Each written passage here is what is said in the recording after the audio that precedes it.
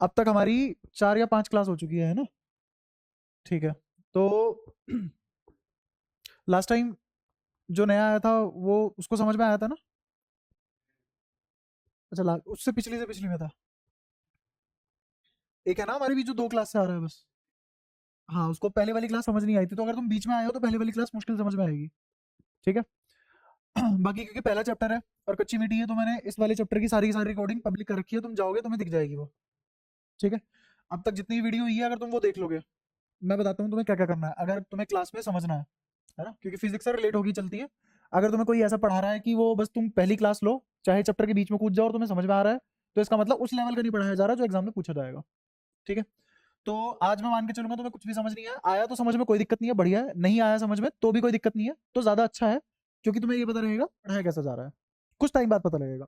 तो तुम्हें क्या करना है, तुम्हें करना है बेसिक मैथ्स। भाई जो जो पुराने वाले हैं नए वाले की हेल्प कर देंगे। ठीक है, जैसे तुम में से कोई एक लिंक भेज देना ग्रुप पे, तुम दोनों को ऐड कर दूंगा, तो वहां से देख लेना। बेसिक मैथ करनी है, दूसरा वेक्टर करना है, ये सब मैंने डाला हुआ रिकॉर्ड करके तुम्हारे लिए। फिर तीसरा जितने अभी तक लेक्चर हो चुके हैं वो, जितना इलेक्ट्रोस्टैट हो चुका है उतना तुम्हें करना है, तब जाके तुम्हें अगली क्लास समझ आएगी, वरना समझ नहीं आएगी। ठीक है। तो हमने कर लिया था चार्ज और सिस्टम इक्विलिब्रियम में, उसमें तुम्हें कोई दिक्कत नहीं है। ठीक है। तूने शायद कुछ क्वेश्चन भेजे थे, वो मैंने अभी सीन नहीं किया, बस ऊपर फ्लोट में मेरे को दिखे। ठीक है, तो वो धीरे धीरे आके खुद मैं करा दूंगा सारे। जैसे अब जो चार्ज वाला क्वेश्चन तेरा हो गया, सिस्टम इक्विलिब्रियम वाला, ऐसे ही वो सारे तेरे से खुद ही हो जाएंगे। ठीक है, जैसे जैसे आगे बढ़ेंगे। आज मैं करा रहा हूँ तुम्हें इलेक्ट्रिक फील्ड, तो पता ही है तुम्हें क्या होता है ना? इलेक्ट्रिक फील्ड हम करेंगे आज ड्यू टू डायपोल। उससे पहले मैं डायपोल पढ़ा दूंगा, फिर उसके बाद इलेक्ट्रिक फील्ड इससे। ठीक है। डायपोल में एक बार तुम्हें फिर से पढ़ाऊंगा, पोटेंशियल में वहां अच्छे से पढ़ाऊंगा, वहां पे जनरलाइज कर दूंगा डायपोल बिल्कुल। ठीक है। यहाँ पे मैं डायपोल इतना पढ़ाऊंगा जितना तुम्हारे स्कूल में पूछा जा सकता है, या उससे भी ज्यादा ही पढ़ा दूंगा। और जब तुम वहां सेकंड चैप्टर में पढ़ोगे, तो वहां डायपोल उस लेवल पे होगा कि डायपोल में तुमसे कोई कुछ भी नहीं पूछ पाएगा ऐसा जो तुम्हें ना आता हो। ठीक है। तो सबसे पहले डायपोल देखते हैं, डायपोल क्या चीज है। डायपोल बस एक अरेंजमेंट है, एक अरेंजमेंट है। और इस अरेंजमेंट में क्या होता है, इस अरेंजमेंट में दो इक्वल एंड अपोजिट, अपोजिट मतलब बता सकता हो अगर तुम में से कोई? हाँ, नेचर अपोजिट है ना, पॉजिटिव नेगेटिव। दो इक्वल चार्ज होंगे, अपोजिट होंगे, और बहुत ही कम सेपरेशन पे रखे होंगे। Two equal charges and opposite in nature. ये क्या है, अरेंजमेंट। और कितनी दूरी पे, बहुत छोटी दूरी पे, एट वेरी स्मॉल सेपरेशन। ये सितंबर नहीं है, ये क्या है, सेपरेशन। ठीक है। ज्यादा करोगे ऐसे लिख दिया बस, समझ जाओगे पक्का। ठीक है। तो डेफिनेशन क्या बनी डायपोल की, अगर हिंदी में समझाऊं फिर तुम इंग्लिश में बताना मेरे को, नहीं बता पाओगे मैं तुम्हारे लिए लिख दूंगा, बता दिया तो फिर नहीं लिखूंगा, आगे बढ़ेंगे, है ना? अकल बड़ी होनी चाहिए। बाकी लिखने दुनिया में नोट्स तो तुम्हें खरीदने को भी मिल जाएंगे, मैं भी तुम्हें दे दूंगा, पर नंबर नहीं आएंगे। नंबर कब आएंगे, तो समझोगे और तब समझ के लिख पाओगे। तो हिंदी में बता रहा हूँ, मैंने दो चार्ज लिए, एक का नाम रखा प्लस क्यू, एक का नाम रखा माइनस क्यू, और दोनों के बीच की दूरी बहुत कम है। अगर मैंने इसको नाम एक्स दिया तो ये एक्स बहुत ज्यादा छोटा है। अब एक लाइन में बताता हूँ दोबारा से, अगर मैं दो इक्वल एंड अपोजिट नेचर के चार्ज बहुत ही कम दूरी पे रख दूं तो डायपोल बन जाता है। ठीक है। इंग्लिश में बता सकता है तुम में से कोई? सेपरेशन, है ना, क्योंकि इस छोटी सी डायमेंशन में डिस्टेंस डिस्प्लेसमेंट कहना थोड़ा गलत हो जाता है, क्योंकि उनके मीनिंग वेग होते चले जाते हैं। ये बात बहुत बाद में समझोगे तुम, लेकिन अभी के लिए तुम सेपरेशन वर्ड यूज करो खुले में, कोई दिक्कत नहीं है। ठीक है। किसी को लिखवानी हो डेफिनेशन तो बताओ, बाकी नोट्स में दूंगा, उसमें सब कुछ लिखा हुआ है। उसमें मतलब वो लिखा हुआ है जो तुम्हें पेपर में लिख के आना है, बट नोट्स में कभी भी वो चीज नहीं होती जो समझ नहीं होती है, समझाऊंगा मैं यहाँ पे। ठीक है। बताओ लिखनी है क्या? पक्का पॉइंटर याद रखोगे, पहला पॉइंटर, दूसरा pointer. It is an arrangement of two equal and opposite charge which are placed at very small separation is called dipole. ठीक है। अब से पहले हमने कभी डायपोल पढ़ा है क्या इस क्लास से पहले कभी? कहाँ? हाँ, इनफैक्ट डे वन से हम डे टू से दूसरी क्लास से हम डायपोल पढ़ते हुए आ रहे हैं, जहां पे मैंने तुम्हें effective negative centre, effective positive centre समझाया था, याद आया? अगेन तुम बहुत कम रिलेट कर पाओगे इस वाली क्लास में, क्योंकि हमने कर लिया काफी कुछ, है ना? तो रिकॉर्डेड जब देखोगे ना और तब क्लास लोगे, तब तुम्हें बहुत अलग मजा आएगा। ठीक है। हमने सेकंड क्लास में कहाँ पढ़ा? जब हमने पढ़ा था कि मैंने एक हाइड्रोजन एटम लिया है और एक HCl लिया है, याद आया? तो वो जो HCl था, H प्लस, ये क्या बना था? क्योंकि इन दोनों के बीच की दूरी बहुत कम थी, तो बहुत पहले से पढ़ते हुए आ रहे हैं। अच्छा, ऐसे ही ये क्या है? डायपोल। ऐसे ही समझ आया क्या कर रहा हूं? 2 क्लास की है तुमने इसमें, ना बोलते ही बहुत दिक्कत हो जाएगी। बताओ होगा क्या? अब यहाँ क्या कौन इकट्ठे हो जाएंगे? पोलराइज हो जाएगा, यहाँ कौन इकट्ठे होंगे? और यहाँ ये क्या बना? अगर थिकनेस बहुत कम है तो डायपोल। तो हम बहुत पहले से पढ़ते हुए आ रहे हैं डायपोल। इसका मतलब जो हमने के डिफाइन किया था वो किसका था? डायपोल का। तो इसका मतलब जो हमने डाइलेक्ट्रिक पढ़ा था वो क्या था?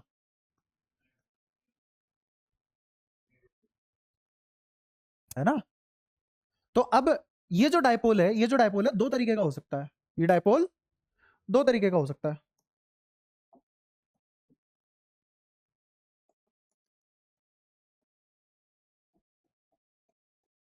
एक पोलर और एक नॉन पोलर। नॉन पोलर जिसमें डायपोल मूवमेंट होती ही नहीं। अब एक और चीज होती है जिसका नाम है डायपोल मूवमेंट, अभी थोड़ी देर में डिफाइन करूंगा। ये डायपोल है, एक का नाम हमने रखा हुआ है डायपोल मूवमेंट। पूरी फिजिक्स में अगर कहीं भी मूवमेंट शब्द लिखा मिल जाए तो इसका मतलब होता है उसकी मल्टीप्लाई किससे करनी है? लेंथ से।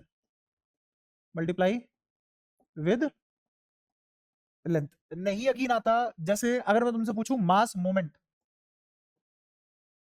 मास मोमेंट ये क्या होता है? अरे m इंटू आर।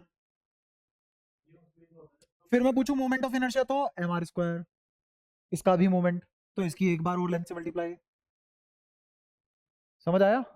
तो ऐसे करके जिस चीज का भी मोमेंट पूछ ले उसको लेंथ से मल्टीप्लाई कर देते हैं फिजिकल क्वांटिटी में। तो मैं क्या बोल रहा हूं कि मुझे क्या चाहिए? डायपोल मोमेंट चाहिए। क्या चाहिए? Dipole moment. और डायपोल किसका अरेंजमेंट है? चार्ज का। तो चार्ज की किससे मल्टीप्लाई कर दूं तो क्या आ गया? ठीक है। तो डायपोल मोमेंट अगर जीरो हुई, डायपोल मोमेंट अगर जीरो हुई तो वो कैसा बनेगा? और अगर डायपोल मोमेंट नॉन जीरो हुई तो वो कैसा बनेगा? पोलर। और अगर मैं किसी नॉन पोलर को पोलर बना दूं तो क्या कहलाएगा वो प्रोसेस? पोलराइजेशन। क्या कहलाएगा? बिना इलेक्ट्रिक फील्ड के थोड़ी ना यहाँ पे डायपोल आए थे। इलेक्ट्रिक फील्ड पास हुआ तो डायपोल आ गए। यही क्या था? अब समझ में आया? मैं इतना सारा जो पढ़ाया था वो आज एक एक सेकंड में रिलेट कर पा रहा हूँ, और जो मैं आज पढ़ा के 1 घंटा लगाता हूँ वो 5 मिनट में हो जाएगा। ठीक है? और ज्यादा समझ में आने के साथ। तो ये सारी बातें क्लियर हुई। इसी को अगर पोलर पोलर बनाए तो क्या कहलाएगा? पोलराइजेशन। मतलब passing in electric field through dielectric. है ना? तो 2 तरीके के हो गए, non polar, polar. Non polar जिसके डायपोल मोमेंट जीरो, जिसके डायपोल मोमेंट जीरो ना हो। ठीक है? इसका एग्जांपल बता सकते हो? CO2 best example. कैसे? ये है C, ये है O, ये है O। ठीक है? सी पे मान लो पॉजिटिव, यहाँ नेगेटिव, यहाँ पॉजिटिव, यहाँ नेगेटिव। इसकी डायपोल मोमेंट हमेशा कहां से कहां जाती है? नेगेटिव से पॉजिटिव। डायपोल मोमेंट की डायरेक्शन जैसे इलेक्ट्रिक फील्ड की डायरेक्शन, और डायपोल मोमेंट की नेगेटिव से पॉजिटिव। इसका रीजन कहां मिलेगा तुम्हें? पोटेंशियल, अगले ही चैप्टर में। ठीक है? तो इसकी डायपोल मोमेंट ये बनी, इसकी डायपोल मोमेंट ये बनी। समझ में आता है? इन दोनों पे चार्ज तो सेम ही है, बस नेचर अपोजिट है। दिख रहा है? दोनों पे चार्ज सेम है, नेचर। तो किसी भी एक चार्ज को उठाओ और किससे मल्टीप्लाई कर दो? इन दोनों के बीच की सेपरेशन से। तो ये क्या आ गई? डायपोल मोमेंट, जिसकी वेक्टर डायरेक्शन इधर है। ऐसी ये चार्ज क्यू, ये माइनस क्यू। तो क्या दोनों चार्ज बराबर और अपोजिट नेचर, बीच की दूरी बहुत कम? तो क्या ये भी डायपोल बना जिसकी dipole moment I Q x? तो अगर तुम इस वाले को, अगर तुम इस वाले को नेगेटिव बोल रहे हो डायरेक्शन को, तो ये वाली डायरेक्शन कैसी हुई? पॉजिटिव डायरेक्शन हुई। तो इसका मतलब नेट डायपोल मोमेंट क्या आ चुकी है? जीरो। इसका एग्जांपल। ठीक है? ये माइनस, ये प्लस क्यू, ये माइनस क्यू, बीच की सेपरेशन बहुत कम, तो dipole moment, net dipole moment क्या आ गई, नेगेटिव से पॉजिटिव, तो ये नेट डायपोल मोमेंट डायरेक्शन है और मैग्नीट्यूड कितना क्यूएक्स। ये सारी बातें समझ आई, पक्का, ठीक है। किताबों में कैसे डिफाइन करते हैं, किताबों में ऐसे डिफाइन करते हैं, ये देखो ये है डायपोल, ये है प्लस क्यू, ये है माइनस क्यू, बीच की दूरी 12, 12 क्यों, क्योंकि डायपोल में सारी की सारी डिस्टेंस कहां से मेजर होती है, सेंटर ऑफ डायपोल से। डायपोल में सारी की सारी डिस्टेंस कहां से मेजर होती है, सेंटर ऑफ डायपोल से। तो यहां से लेके यहां तक कितना L, यहां से लेके यहां तक कितना L, तो पूरी लेंथ कितनी हुई, और इसकी डायपोल मोमेंट क्या निकल के आएगी बोलो, Q2L, ठीक है। अब जैसे छोटा सा एग्जांपल देता हूं कंफ्यूजन दूर करने के लिए। मैंने कहा कि मेरे पास दो अपोजिट नेचर के चार्ज है, एक का नाम है +5 माइक्रोकूलम, एक का नाम है -5 माइक्रोकूलम, बीच की सेपरेशन है उनकी 10⁻⁻6 मीटर, बीच की सेपरेशन क्या है -6 मीटर। तो वो पूछ रहा है डायपोल मोमेंट निकाल दो, तो क्या ऐसे निकालोगे, कोई एक चार्ज उठा लो, माइक्रोकूलम को लिख दो 10⁻⁻6, कोई एक charge into separation between them. तो क्या इस 2L को मैं ऐसे लिख सकता हूं 2 × 10⁻⁻6 मीटर, कोई दिक्कत इसमें, समझ आया, गलत है भाई साहब, क्यों गलत है, मैंने क्या कहा है, बीच की सेपरेशन से मल्टीप्लाई करते हैं, दो की मल्टीप्लाई क्यों कर रहे हो, ये तो डिफाइन करने का तरीका था ना 2L। जब उसने बोल दिया दो चार्ज के बीच की सेपरेशन कितनी है, दो चार्ज के बीच की सेपरेशन 10⁻⁻6, समझ आता है। और मैंने यहाँ क्या सिखा रखा है, दो डायपोल है उनके बीच की सेपरेशन से मल्टीप्लाई करो, अब उसका नाम L रख लो, 2L रख लो, 4L रख लो, वैल्यू तो इसकी इतनी ही रहेगी ना, तो यहाँ पे दो नहीं आएगा, असलियत में क्या आएगी डायपोल मोमेंट इधर 5 इंटू कहा 10⁻⁻6 और इंटू एक और 10⁻⁻6, ये किसकी वजह से, माइक्रोकूलम की वजह से। यूनिट क्या बनेगी इसकी बताना, कूलम और मीटर, तो कूलम मीटर यूनिट आ गई, समझ आया। क्या मैं तुम्हें अपनी बात ये वाली कन्वे कर पाया कि बीच की सेपरेशन से मतलब होना चाहिए, उसका नाम क्या रखा है उससे मतलब नहीं होना चाहिए। उसका नाम तो मैं ये भी रख सकता हूँ, इसको L/2 ले लो, इसको L/2 ले लो, हो गया L। मैं कह रहा हूँ इसको एक काम करो 4L ले लो, इसको 4L ले लो, तो ये कितना हो गया 8L, बट इस 8L की ही तो वैल्यू 10⁻⁻6 रहेगी फिर। वर्ड क्या है, सेपरेशन, तो चीजों को समझने पे ध्यान देना है, क्लियर। बाकी हटा देता हूँ वरना घर जाती ही रो दोगे तुम, ये L/2 क्या चल रहा था। बताओ कोई दिक्कत यहाँ तक, सारी बातें क्लियर है, पक्का। तो बेसिक डायपोल तुम्हें समझ आया है क्या, एक और बात बता देता हूँ ताकि तुम्हें कुछ भी नया ना लगे, असलियत में ये होता है डायपोल, असलियत में ये है डायपोल। तो मैं क्या बोलता हूँ कि ये जो पूरी की पूरी बॉडी है इसको पॉइंट चार्ज की तरह मान लो, क्योंकि कूलम्ब्स लॉ कहाँ लगता है, सिर्फ और सिर्फ पॉइंट चार्ज पे। जो भी हम इलेक्ट्रिक फील्ड फोर्स निकालते हैं वो सब किसकी वजह से निकाल पाते हैं, पॉइंट चार्ज की वजह से। तो ये कह रहा है पॉइंट चार्ज मान लो, ठीक है भाई पॉइंट चार्ज मान लिया, ये पूरा क्या था मान लो -Q, और ये पूरा क्या था +Q, तो इस पूरे को क्या मान लिया पॉइंट चार्ज, तो ये क्या हो गया -Q, ये क्या हो गया +Q, इसको भी पॉइंट चार्ज मान लिया, मान लिया। इन दोनों के बीच की इफेक्टिव दूरी क्या हो गई 2r, इसका रेडियस इसका रेडियस, क्योंकि यही बहुत छोटी वैल्यू है तो ये तो और भी ज्यादा छोटी वैल्यू होगी, तो ऑलमोस्ट क्या बोल देते हैं इसको, ऑलमोस्ट 2r, तो बीच की दूरी क्या होगी 2r। और सारी की सारी इफेक्टिव दूरी कहां से मेजर करते हैं डायपोल की, डायपोल के सेंटर से, तो हम डायपोल को ऐसे बनाना शुरू कर देते हैं फिर। और तुम किताबों में बस यही पढ़ते हो, इससे पहले का जो मैंने पढ़ाया कुछ नहीं पढ़ते, तो रिलेट कैसे करोगे भाई साहब, रट के ही तो जाओगे फिर। मैं कैसे समझा पाऊंगा कि डायलेक्ट्रिक क्या है, कैपेसिटर कैसे काम करते हैं फिर आगे चल के, जो किताब में लिखा है मेरे को वो थोड़ी ना बताना है, मेरे को तो वो बताना है कि तुम्हारी बुद्धि खुले, तुम्हें सब कुछ आता हो, एग्जाम वाला चाह के भी अगर सिलेबस से बाहर जाके पूछे तो तुम्हें वो भी आता हो। अगेन तैयारी किस चीज की है हमारी, 70 आउट ऑफ 70, एक भी नंबर नहीं खोना है ना। तुम क्या जानो एक एक नंबर की कीमत, सुरेश रमेश राजेश बाबू जो भी तुम हो। अब हम निकालते हैं अपनी कहानी, इलेक्ट्रिक फील्ड ड्यू टू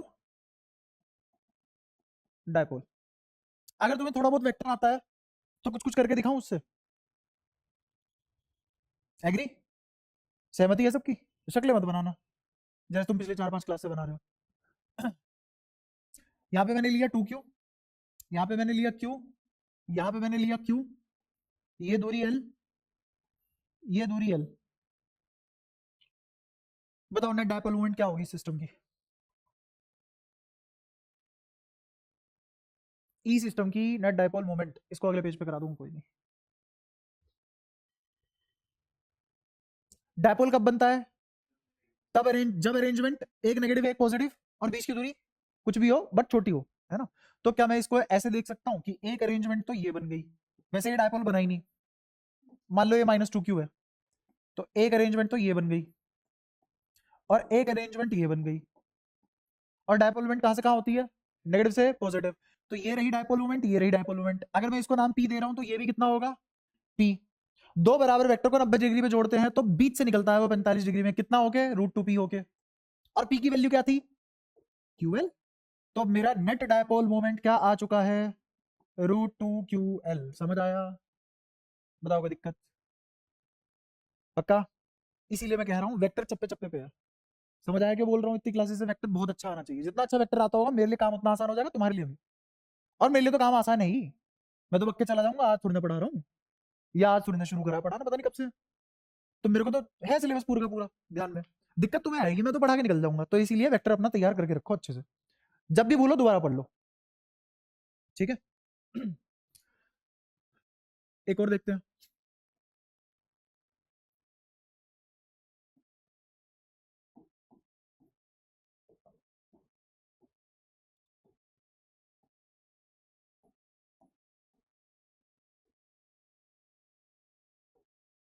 कोई इमेजिनरी ए दूरी का स्क्वायर है, साइड क्या है?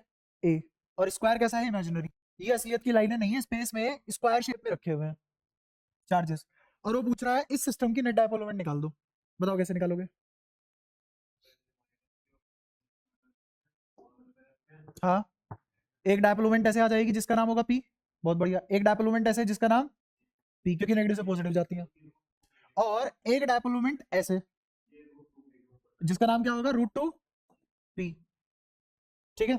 अब मेरे को ये बताओ किस किस को ये बात समझ में नहीं आई कि इन दोनों की डायपोल मोमेंट √2p बनी है? कोई भी ऐसा पूछ लो, ये तुम्हारा धर्म बनता है पूछने का, मैं बता दूंगा, मेरे को कोई दिक्कत नहीं है। आता है समझ में? साइड, हाँ, ये पी है, ये पी है, तो ये क्या? ये √2 है, तो डायपोल मोमेंट भी √2p। कोई दिक्कत? ठीक है। तो मेरे को बताओ, क्या वेक्टर को किसी भी स्पेस में अगर सेम प्लेन में ट्रांसलेटरी मोशन करवाया जाए उसी के पैरेलल, तो इफेक्ट चेंज। तो क्या मैं ई चित्र को ऐसा चित्र भी बनाया जा सकता है? अब मुझे इन सब का रिजल्टेंट निकालना है। तो इन दोनों का रिजल्टेंट क्या इसी के अलोंग आ जाएगा? और कितना आएगा वो? √2p। दोनों को ऐड करेंगे तो क्या आ जाएगा? √2p। और p की वैल्यू क्या थी? q इंटू ए। तो net dipole moment is 2√2qa। समझ आया? पक्का?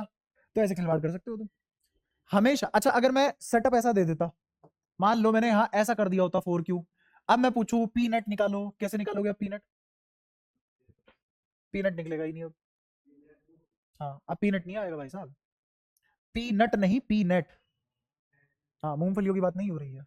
कभी भूख लग रही हो, हाँ मूंगफली इमेजिन हो रही है। यहाँ पे पी नेट एग्जिस्ट नहीं करेगा, क्यों? डायपोल ही नहीं बना। 4q मिलकर डायपोल थोड़ी ना बना देगा। 3q तो बना सकता था, एक प्लस क्यू इसके साथ, एक प्लस क्यू इसके साथ, एक प्लस क्यू इसके साथ। बट अगर मैंने 4q दे दिया तो एक क्यू जिंदा रह गया वहीं पे ही। ये तो नहीं बना डायपोल। सारी की सारी अरेंजमेंट खराब होगी, 4q आने की वजह से अब कोई भी डायपोल मोमेंट नहीं आएगी।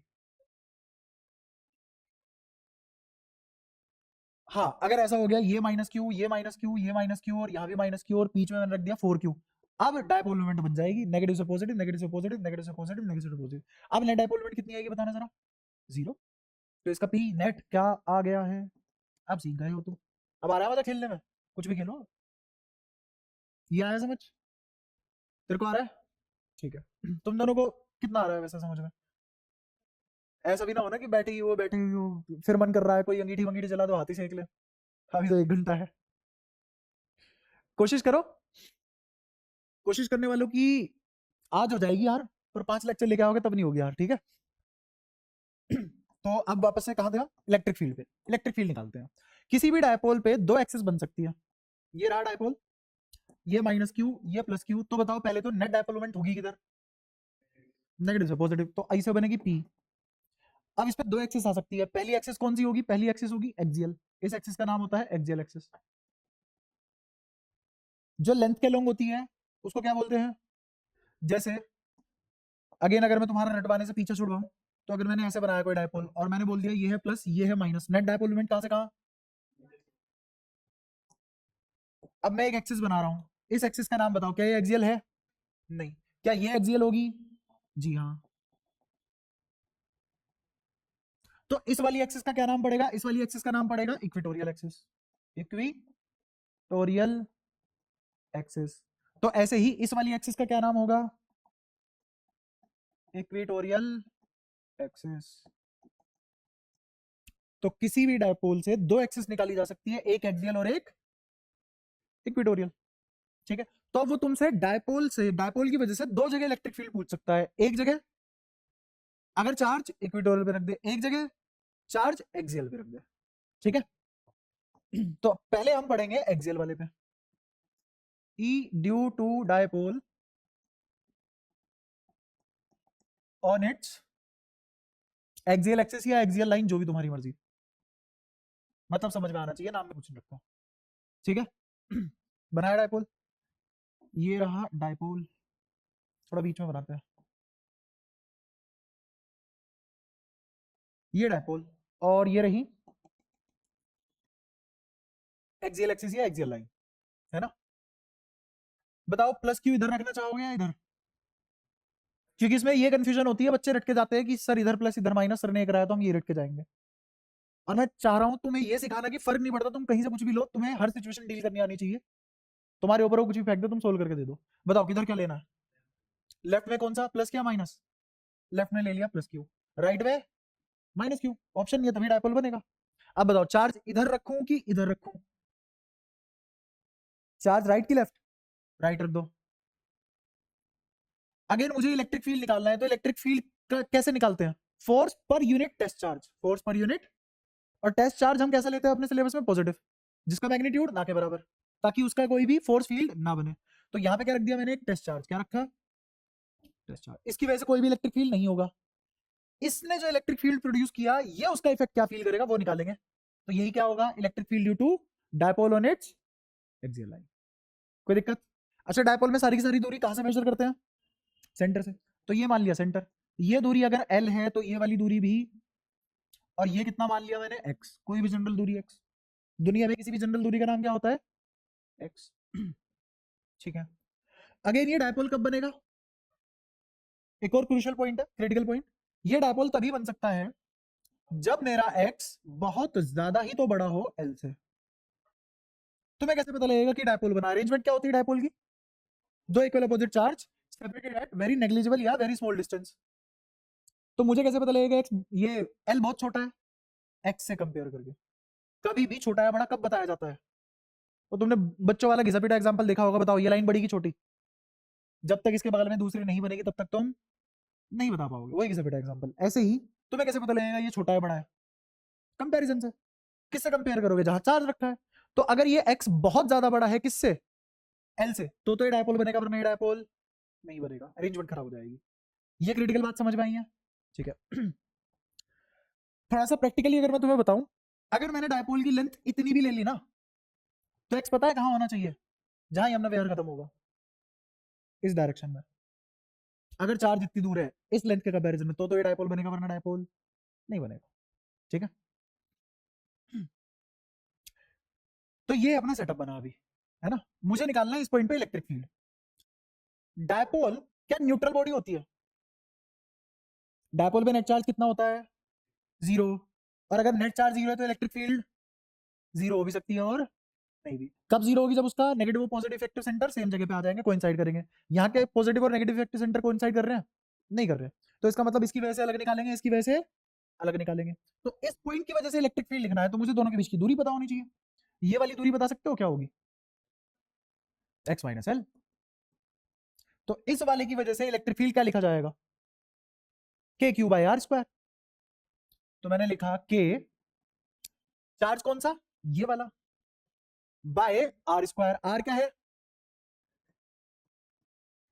अब तुम्हारे पास दो ऑप्शन है, या तो ये साइन लेके चलो, और क्योंकि इलेक्ट्रिक फील्ड वेक्टर क्वांटिटी है तो ये तुम्हें खुद ही बता देगा कि डायरेक्शन क्या है, या फिर तुम इस नेगेटिव को इग्नोर करो और डायरेक्शन सेंस के अकॉर्डिंग लो। तो बताओ सेंस लगाना चाहोगे या नेगेटिव साइन? नेगेटिव साइन, तो नेगेटिव साइन लगा लो। नेगेटिव साइन लगते ही डायरेक्शन एरो वगैरह नहीं बनाएंगे हम बस ये लिखेंगे, हम बस ये लिखेंगे अगर साइन के हिसाब से खेल रहे हो, ठीक है। और अगर डायरेक्शन के हिसाब से खेलूं तो एरो किधर बनेगा? इधर।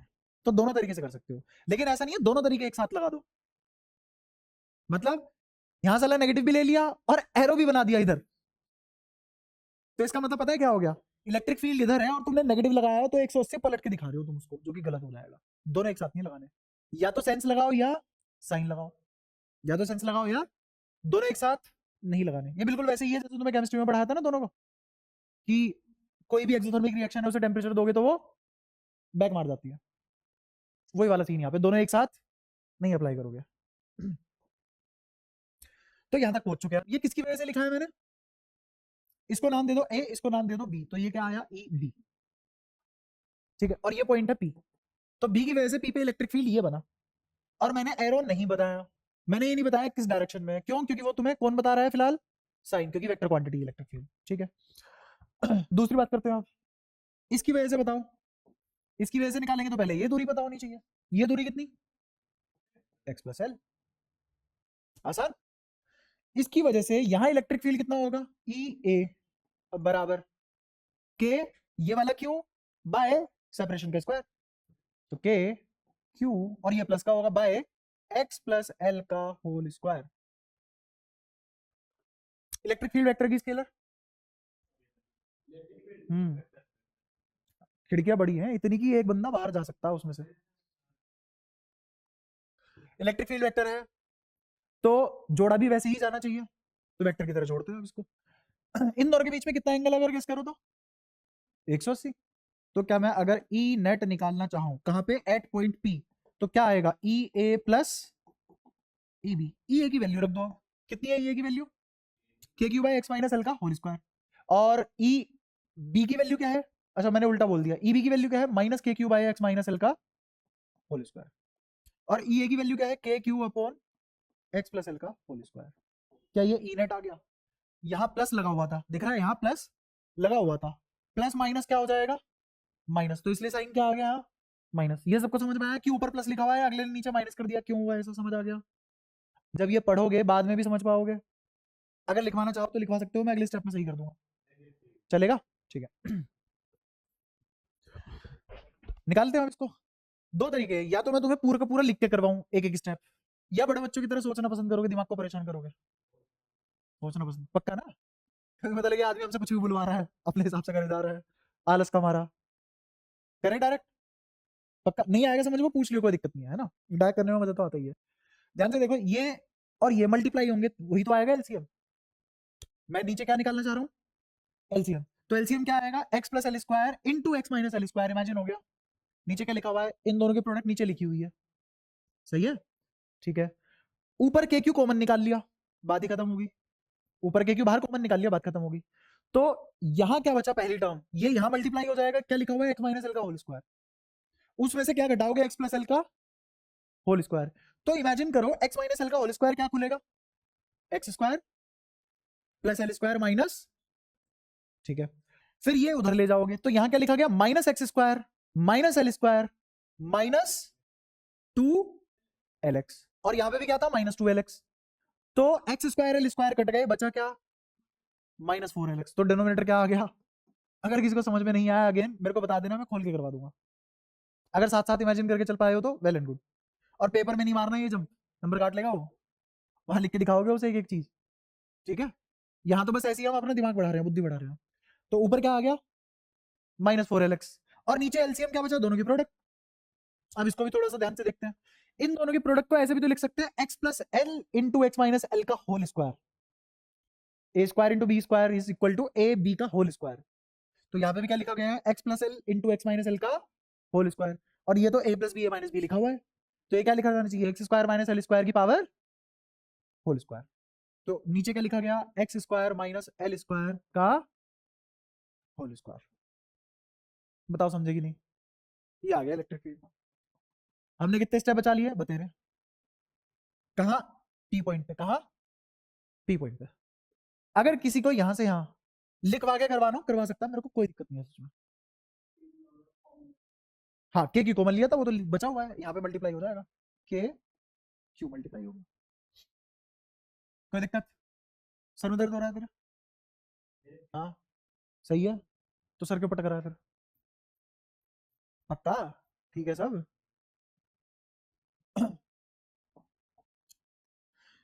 अब इस वाले को मैं ऐसे कन्वर्ट कर सकता हूँ। इस 4 को क्या ऐसे लिख सकता हूँ, जैसे 2 × 2 लिखा हुआ हो। कर सकते हैं। ये 2l को इकट्ठा करो, क्या ये आ गया दोनों के बीच की सेपरेशन? और ये क्यों मेरे को मिला हुआ है, अगर इन दोनों को क्लब कर दूं क्या पी नहीं बन जाएगा? और इस 4 में से 2 तो यहां लपेट लिया गया, तो यहां क्या बचा? 2। तो ऊपर क्या लिखा हुआ है? के पी एक्स। सोचो समझो, टाइम लगा लो, कोई दिक्कत नहीं है ना। और आगे क्या बचा हुआ है? माइनस भी बचा हुआ है, लिख देंगे, ये तो समझो पहले। ठीक है। अच्छा, नीचे क्या बचा हुआ है? माइनस एल का होल स्क्वायर। बट मैंने अभी अभी तुम्हें बताया ये डायपोल कब बनेगा, तो इसका मतलब प्लस माइनस में इसको, एक तो ये छोटा है, ऊपर से स्क्वायर लेके बैठा है, तो औकात थोड़ी ना बनेगी इसकी कोई। तो नीचे क्या है? एक्स की पावर 4, ऊपर क्या है यहाँ पे? एक्स, तो क्या कट जाएगा और यहाँ एक्स क्यूब बच जाएगा और ये माइनस रह जाएगा। क्लियर है? तो फाइनली मेरा एक्सप्रेशन क्या आ चुका है? ई पी बराबर 2kp बाय एक्स क्यूब। ये इलेक्ट्रिक फील्ड किसकी वजह से है? डायपोल की वजह से। किस पॉइंट पे? पी पॉइंट पे, जो डायपोल के सेंटर से कितनी दूर है? एक्स दूर है, और एक्सिस कौन सा है?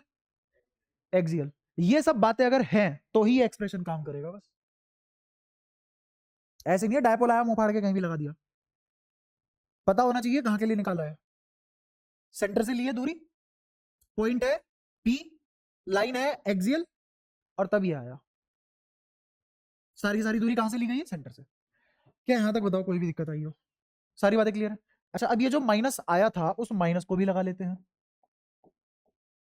ये माइनस क्या बता रहे हैं? नेट। तुझे कैसे पता नेट इधर है? हम्म। हम्म। तो मुझे कैसे पता लगेगा कि माइनस क्या दर्शा रहा है यहाँ पे? राइट की लेफ्ट, मुझे कैसे पता लगेगा? बी के हिसाब से। हम्म। अब सुनना, ध्यान से सुनना। कुछ कुछ सही बोले हो तुम। ई ए पॉजिटिव है, ई ए पॉजिटिव है, ई बी नेगेटिव है, तो मेरा जो नेट इलेक्ट्रिक फील्ड आया है उसका साइन किससे मैच करता है? बी से। तो नेट किसके अलोंग होगा? बी के अलोंग। नेट किसके अलोंग होगा? बी की सेंस पकड़ो अब। बी किस डायरेक्शन में है? देखते हैं। बी पे चार्ज क्या रखा हुआ है? माइनस क्यू, और ये क्या है? Q not. तो इसको कहां खींचेगा? ये अट्रैक्ट करेगा ना, किस तरफ? इस तरफ। तो इलेक्ट्रिक फील्ड कहां लगाया बी ने? लेफ्ट की तरफ, राइट से लेफ्ट की तरफ। तो नेट डायरेक्शन भी क्या होगी? राइट से लेफ्ट की तरफ। तो क्या ये मेरे नेट इलेक्ट्रिक फील्ड की डायरेक्शन आ गई इस पॉइंट पे? समझो। हाँ वो तो है ही, वो तो सारी सेंस की बात है ना। अगर सेंस लगा के तो तुम्हें एक एक चप्पा चप्पा पता होता है ना। वो भी जैसे इसका कहना बताता हूँ, इसका कहना क्या है? इन दोनों के बीच की दूरी कम है, चार्ज सेम है, चार्ज सेम है, दोनों के बीच की दूरी ज्यादा है, तो मेरा इलेक्ट्रोस्टैटिक फोर्स सेपरेशन बढ़ने पे कमजोर होता है। तो ऑब्वियसली इसका इलेक्ट्रिक फील्ड कमजोर आना था इस वाले से, क्योंकि इसके ज्यादा पास है चार्ज, और ये कैसा चार्ज है? नेगेटिव, तो इलेक्ट्रिक फील्ड ऑब्वियसली इधर आना था, है ना। समझ आई ये सारी बातें? पक्का? तो एक और बात हम यहाँ पे ये भी देख सकते हैं।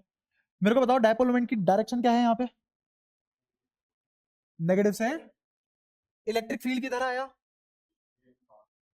तो जब भी कभी एक्सियल लाइन पे रखोगे चार्ज को, वहां पे जो इलेक्ट्रिक फील्ड लगेगा वो अलोंग डायपोल मोमेंट लगेगा। आया समझ? तो क्या ये सितारा लाइन हमें नोट कर लेनी चाहिए, क्या है?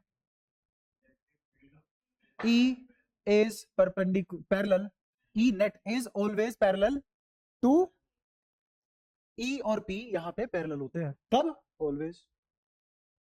सबूत दूं, आओ। अगर मैं क्यू नोट इधर रख देता, अगर ये क्यू नोट इधर रख देता, बताओ दूरी कितनी लेना चाहोगे, आर। तो मुझे बताओ ये क्यू इस पे रिपल्सिव फोर्स लगाता, ये माइनस क्यू इस पे अट्रैक्टिव फोर्स लगाता, पर ये वाला पास में है तो ये ज्यादा लगा पाता, तो इसकी नेट इलेक्ट्रिक फील्ड डायरेक्शन क्या इधर आ जाती, देखो डायपोल मोमेंट भी इधर है, तो क्या ये बात जस्टिफाई होती हुई दिखाई दी? आप बताओ, यहां तक सारी बातें क्लियर है? अच्छा ये के क्या है, डायलेक्ट्रिक कांस्टेंट, कोलंबियन कांस्टेंट, जिसकी वैल्यू क्या है 9 × 10⁹ यूनिट न्यूटन मीटर स्क्वायर पर कूलम्ब स्क्वायर, और अगर इसको खोले तो इसमें कितने लोग रहते हैं, 4 पाई एप्सिलॉन नॉट। तो इस एक्सप्रेशन को वो ऐसे भी लिख सकता है 1/4 पाई एप्सिलॉन नॉट, ये तो हो गया किसकी वैल्यू, के की वैल्यू, इनटू 2 पी की वैल्यू क्या हो सकती है 2l into Q divided by नीचे एक्स क्यू। वो इतना लंबा चौड़ा करके भी लिख सकता है, डरने की कोई जरूरत नहीं है, बस कुछ नहीं करा, वैल्यूज को खोला है। ठीक है, क्या तुम्हारा एक्सियल पे सारी फंडेबाजी क्लियर है? क्या फर्क पड़ता अगर मैं इसको ऐसे ले लेता, प्लस क्यू इधर माइनस क्यू इधर, क्या कोई फर्क पड़ता? नहीं, कोई फर्क नहीं पड़ता, उसी के हिसाब से हम चीजें एडजस्ट कर लेते हैं। जैसे अब मैं ये बात तुमसे पूछता हूँ वेरीफाई करने के लिए, कितने पानी में हो तुम, इस बार डायपोल ऐसे ले लिया मैंने, पिछली बार डायपोल मोमेंट इधर से इधर थी, इस बार डायपोल मोमेंट इधर से इधर ले ली, ऑब्वियसली यहाँ पे कौन सा चार्ज है, यहाँ। अब मैंने यहाँ पे रख दिया क्यू नोट, बताओ इलेक्ट्रिक फील्ड किधर आएगा, इधर आएगा, कितना आएगा 2 kp/r क्यू। अगर मैंने इधर ले लिया क्यू नोट तो इलेक्ट्रिक फील्ड इधर आएगा, वैल्यू कितनी 2 kp/r क्यू, आर मतलब जो भी दूरी होगी इसके सेंटर से लेके यहां तक, उसको आर बोला जा रहा है। बताओ कोई दिक्कत यहां तक? और इसको वेरीफाई भी कर सकते हैं हम, यहाँ कौन सा चार्ज है, यहाँ कौन सा चार्ज है, तो अगर ये पास में रखा हुआ है पॉजिटिव वाले के तो वो तो रिपल्सिव लगाएगा ना, और ये अट्रैक्टिव लगाएगा लेकिन रिपल्सिव ज्यादा होगा, तो नेट भी क्या होगा रिपल्सिव। इधर आ जाओ, कौन पास में रखा हुआ है नेगेटिव, ये पॉजिटिव, तो अट्रैक्शन ज्यादा होगा रिपल्शन से, तो नेट इलेक्ट्रिक फील्ड भी अट्रैक्टिव। क्या हो गया वेरीफाई, कोई दिक्कत? तो एक्सियल पे आप जितना मर्जी खिलाए उतना खेल सकते हो, क्या तुम्हें फर्क पड़ता है तुमने कौन सा किधर ले लिया, कोई रटने वाली बात है इसमें? या तो चार्ज के साइन के साथ कर लो या फिर सेज के साथ कर लो, तुम्हारे पास दोनों ही चीजें हैं। ठीक है, अब ऐसे ही इलेक्ट्रिक फील्ड कहाँ निकाल सकते हैं हम, इक्वेटोरियल पे। अब मैं बार बार सिलेंडर नहीं बनाऊंगा, मुझे बताओ प्लस किधर रखना है माइनस किधर रखना है, अगेन तुम्हारी इच्छा, बोलो। नहीं, प्लस लेफ्ट में रख दूं, ऊपर नीचे भी कर लेंगे, उससे भी कोई दिक्कत नहीं है, करा देंगे वो भी, टेंशन मत लो।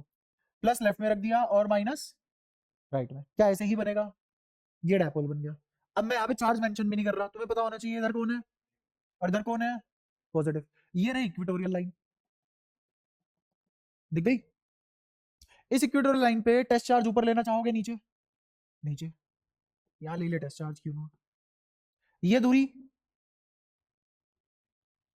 अरे एक्स तो ये होगी ना, एक्स कहां से कहां तक की दूरी होती है सेंटर से लेके, तो ये एक्स, ये क्या हो गई एल, ये भी क्या हो गई एल, जैसे पहले लिया था सेंटर से एल।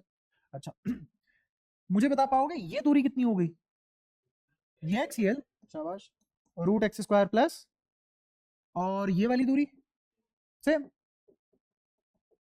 तो तुम्हें ऐसे ऐसे फील नहीं हो रहा, ये एल ये एल, ये एक्स ये एक्स, ये और ये बराबर, ये तो कॉन्ग्रुएंट ट्रायंगल है, ये वाला देख लो ध्यान से, नाम नहीं दे रहा मैं, ये वाला और जे वाला, दोनों के दोनों कॉन्ग्रुएंट है।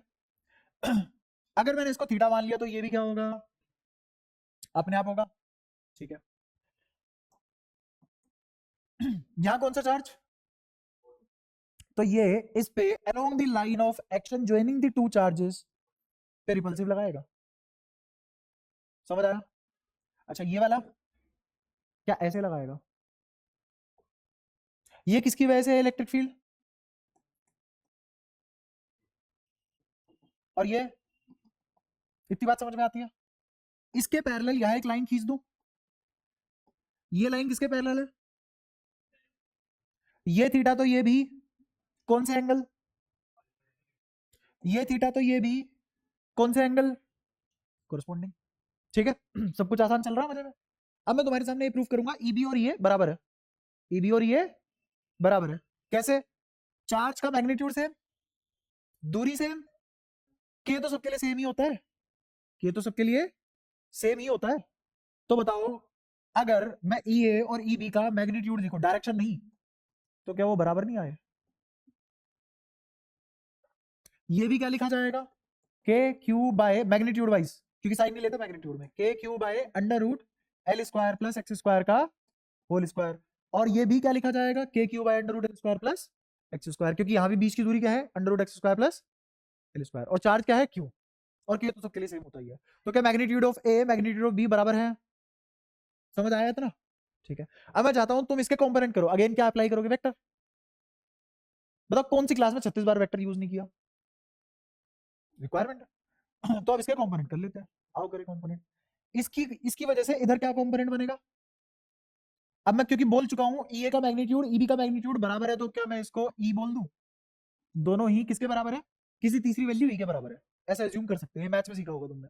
तो यहां क्या लिख दूं, ई कोस थीटा, इसका भी यही कंपोनेंट आएगा, कितना, ई कोस थीटा, दोनों मिलके कितने हो गए, 2 ई कोस थीटा। बुझ गए? यहां क्या आएगा, ई साइन थीटा। यहां क्या आएगा, दो वेक्टर जिनका मैग्नीट्यूड बराबर है, डायरेक्शन अपोजिट है, क्या वो मर जाते हैं? मर गए। तो नेट इलेक्ट्रिक फील्ड यही तो बचा, यही तो नेट इलेक्ट्रिक फील्ड है। आगे नेट इलेक्ट्रिक फील्ड निकाल लो इसको, ई की वैल्यू बोलो कितनी है, और ये रूट कर स्क्वायर, छाता टोपी गायब। कोस थीटा की वैल्यू किसी भी ट्रायंगल से निकाल लो, तो बेस अपॉन हाइपोटेन्यूज, बेस कौन, एल, हाइपोटेन्यूज रूट वाला, तो ये कितना आ गया, L upon under root X square plus, ये आधा और ये एक, आधा और एक डेढ़, डेढ़ मतलब 3.5, 3.5 कह रहा हूँ, डेढ़ मतलब 3/2। तो ये आ चुका है, इसको इकट्ठा करो, क्या बना, पी, नीचे इसकी पावर क्या बन गई, क्या नेट इलेक्ट्रिक फील्ड आ चुका है? बताओ कोई परेशानी? अच्छा, अगर ये नेट इलेक्ट्रिक फील्ड आ गया, मुझे ये भी तो बात पता थी ना कि अगर मेरा एक्स बहुत बड़ा है एल से, तभी तो डायपोल बन पाएगा, वरना कौन सा डायपोल कैसा डायपोल। तो ये चचा फिर से नेग्लेक्ट हो जाएंगे, हो गए नेग्लेक्ट। जब ये नेग्लेक्ट हो चुके हैं, तो मेरे पास आंसर क्या आया, एक्स के स्क्वायर की पावर 3/2, क्या होता है ये, एक्स क्यूब। तो ई इक्वेटोरियल क्या आया, के पी बाय एक्स क्यूब, और पिछले वाले में क्या आया था, 2 k p/x क्यूब। तो एक्सियल पे क्या दुगना इलेक्ट्रिक फील्ड लगता है, और इक्वेटोरियल पे एक एक्सियल का आधा लगता है, एक ही तो बात हुई, बोलने का तरीका ही तो अलग हुआ, है ना। के की वैल्यू, और कौन कौन रहता है यहाँ, 4πε0, ठीक है।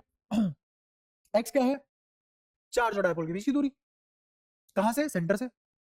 और लाइन कौन सी, इक्वेटोरियल, हेडिंग तो लिखी नहीं अपनी, काम ही कराओगे, है ना, E due to dipole on its equatorial axis या इक्वेटोरियल लाइन, ठीक है। अब डायरेक्शन देखते हैं, डायपोल मोमेंट की डायरेक्शन कहाँ है, नेट इलेक्ट्रिक फील्ड की डायरेक्शन कहाँ है,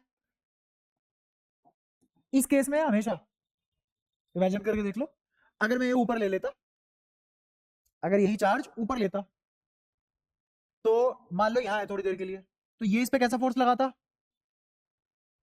ये नेट तो इधर ही आता, तो क्या यहाँ भी एंटी पैरेलल दिखाई दे रहा है। अब छोड़ो वो भी, मैं कह रहा हूं अगर मैं डायपोल मोमेंट ही ये ले लेता और चार्ज यहां लेता, तो ये इस पे कैसा फोर्स लगाता, और ये इस पे नेट डायपोल मोमेंट, ये net electric field, net electric field dipole नहीं। अगर पॉइंट यहां ले लेता, तो ये इस पे और ये इस पे नेट, और ये थी डायपोल मोमेंट, ये है नेट इलेक्ट्रिक फील्ड। तो क्या मैंने जनरलाइज कर दिया चारों केस में कि मेरा डायपोल मोमेंट और इलेक्ट्रिक फील्ड हमेशा ही एंटी पैरेलल होते हैं, किस केस में, इक्विटोरियल केस में। और यहां पे क्या होता था, इज ऑलवेज पैरेलल, किस केस में, हाँ, क्यू नॉट ऑन एक्सियल।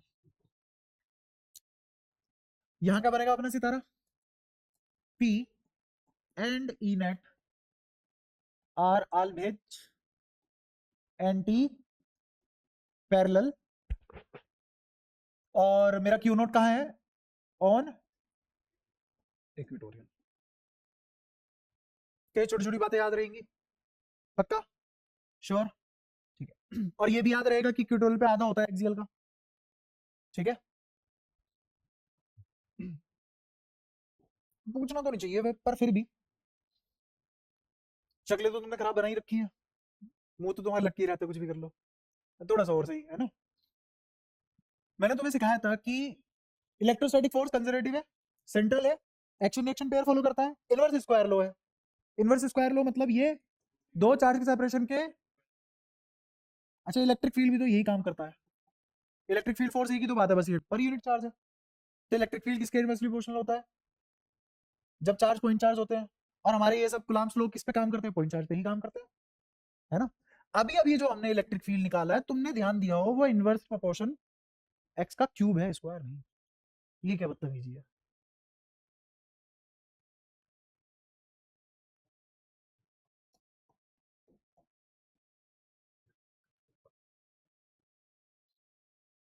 अभी तो हम ये सीख रहे थे ना, इनवर्स स्क्वायर लो, इनवर्स स्क्वायर, बर्तन पीटे हैं पूरे हमने इनवर्स स्क्वायर के नाम पे। अभी यहाँ इनवर्स क्यूब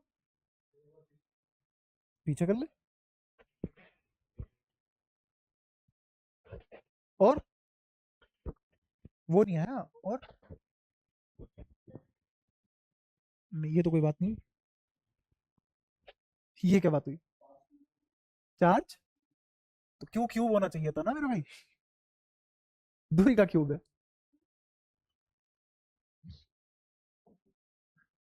मैं बताता हूँ जैसे, चलो खैर 11वीं तुम्हें उतनी आती भी नहीं होगी, खाऊंगा मैं 11वीं के कॉन्सेप्ट से रिलेट करवाऊंगा और मेरे भी उल्टा पड़ जाएगा वो। देखो ऊपर क्या था, चार्ज था कि डायपोल था? अगर ऊपर डायपोल मोमेंट लिखी हुई थी तो चार्ज के साथ ऑलरेडी एक दूरी थी, तो असलियत में यहाँ न्यूमरेटर में ऊपर एक दूरी है, यहाँ कोई दूरी नहीं थी न्यूमरेटर में, तो वो जो ऊपर दूरी लिखी हुई है वो इसमें नीचे क्यूब आना है ही है, मैंडेटरी है, तभी तो यूनिट मैच होगी। जैसे यहाँ पे ऊपर क्या आते थे, सिर्फ चार्ज ही तो आते थे, याद आया? यहाँ पे चार्ज के साथ एक दूरी हो रही है, डायपोल मोमेंट, और नीचे दूरी का क्यूब है, तो बचा तो दूरी का स्क्वायर ही ना फिर भी, तो असलियत में है ये भी इनवर्स स्क्वायर लो ही। वो तो तुम पहचानोगे ना थोड़ी सी अकल लगा के। और देख कितनी आसान बात थी, जवाब भी आसान था इसका, है ना। फिर भी बारी पास हो जाती है, ये डाउट रह जाता है, ये कोई डाउट है पूछने का? हाँ,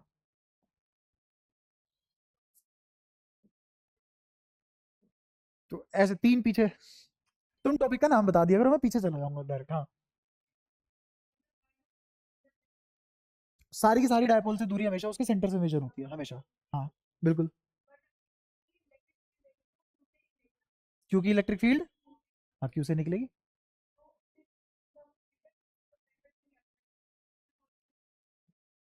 नहीं ये लॉजिक नहीं है, ये पूरा as a system of charge है, एज अ होल,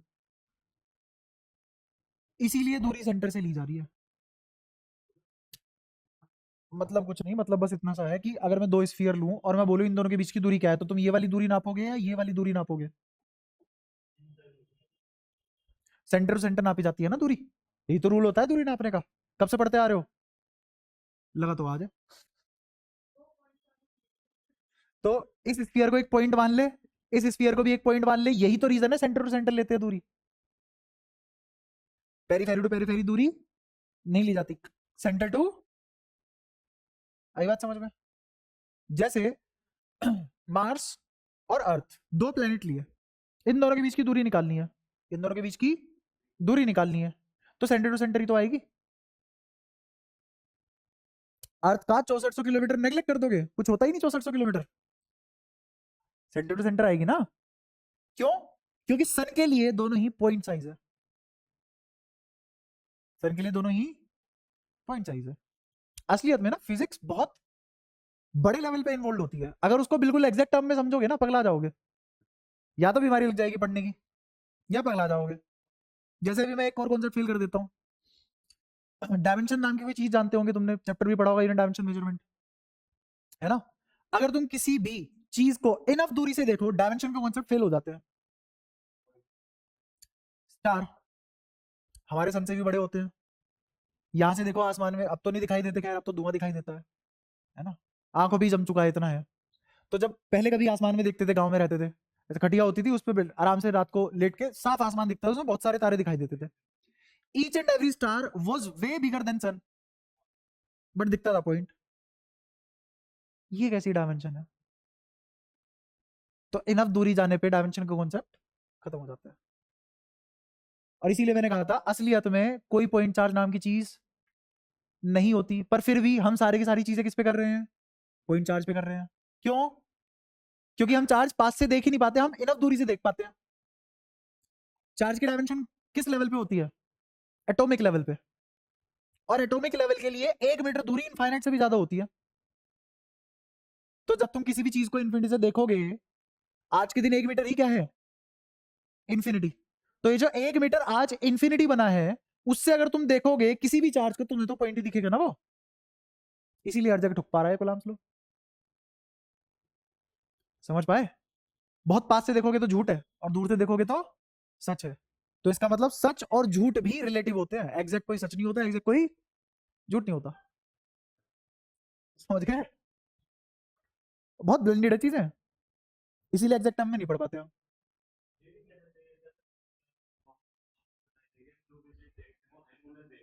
हाँ बिल्कुल। हाँ बिल्कुल। हाँ, जीरो एंगल बना। चंदा मामा क्यों साथ साथ चल रहे हैं हमारे? जीरो एंगल बना। आधा डिग्री एंगल होता ही क्या है?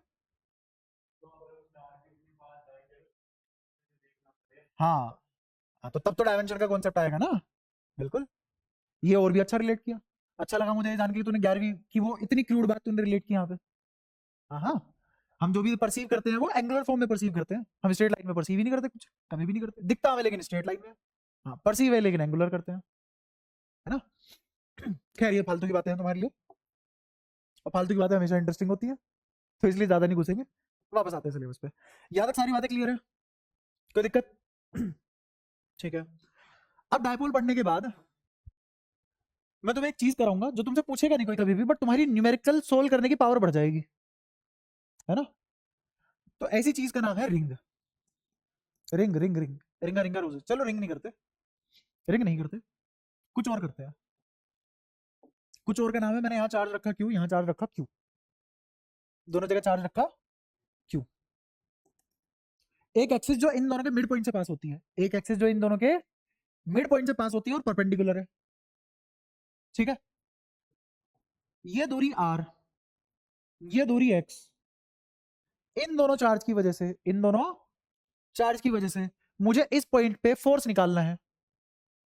तो निकाल पाओगे? कितना आएगा? ये रहा चार्ज, ये रहा चार्ज, किस पॉइंट पे? इलेक्ट्रिक फील्ड निकाल लो। हाँ, इलेक्ट्रिक फील्ड हमेशा एक पॉइंट पे ही डिफाइन होता है, तो इस पॉइंट पे इलेक्ट्रिक फील्ड निकाल लो। और अगेन इलेक्ट्रिक फील्ड से लेखक का क्या तात्पर्य है? Electric field line, electric field intensity. तो बोहरा आ गया क्या? कैसे? साइकिल भी चक्कर आ गए?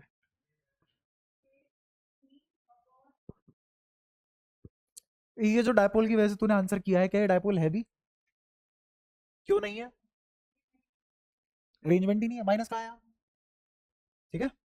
इस पॉइंट पे बात करें तो इसकी वजह से इलेक्ट्रिक फील्ड इधर, इसकी वजह से इलेक्ट्रिक फील्ड, तो ई नेट यहां कहीं आएगा, ठीक है। अगर ये एंगल थीटा था तो ये एंगल जितना ऊपर है उतना ही नीचे है, तो सिमेट्रिकल है, तो ये वाला एंगल भी, तो ये भी। मुझे बताओ, ये वाले तो कैंसिल हो गए साइन वाले, ई साइन थीटा, ई साइन थीटा, इधर ई नेट क्या बचा? 2e।